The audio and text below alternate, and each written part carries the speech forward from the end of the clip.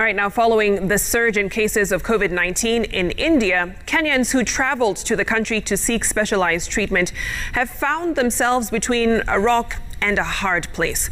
The health ministry in the country has announced that hospitals are overwhelmed by the many cases, making admission of those seeking treatment impossible. Well, Ben Kirui spoke to some Kenyan families who are in India. Take a look. When Anthony Muroki and his wife traveled to India on the 15th of April this year to seek specialized treatment, they were hopeful that all would go well. But that was not to be, as they struggled to find a bed for Mary to begin her cancer treatment. It took them 5 days to get medical attention at the Apollo Hospital located at the heart of New Delhi. Initially, when we came from Kenya, it was supposed to be a liver operation. But when the doctors came here, they decided they don't want to operate her. They want to put her on chemotherapy. So we felt relieved that now we are not looking for a bed anymore. So for chemotherapy is a special unit, and at least you sit there for 6 hours, then we go home. That's just that. It was a relief when the doctors announced that Mary would not need an operation, but just chemotherapy treatment, which meant she would not have to be admitted. The struggle to get a bed was now out of their way.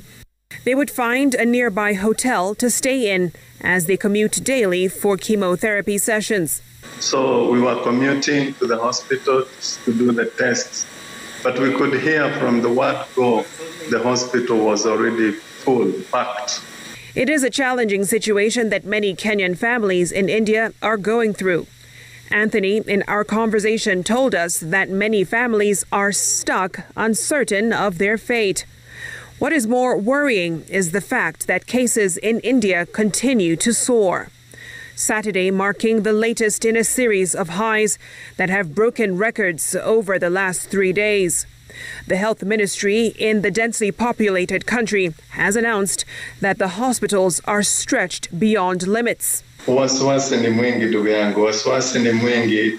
Tunavaa hata face shield. It's really worrying, yeah, it's really worrying. Even the people we are with it in the hotel, wanasema wengi wameacha kwenda hospitali sasa mpaka ipungue ndio waweze kurudi kwa hospitali. 2,624 deaths, a new daily record, were reported in 24 hours, taking the official toll to nearly 190,000 since the pandemic started.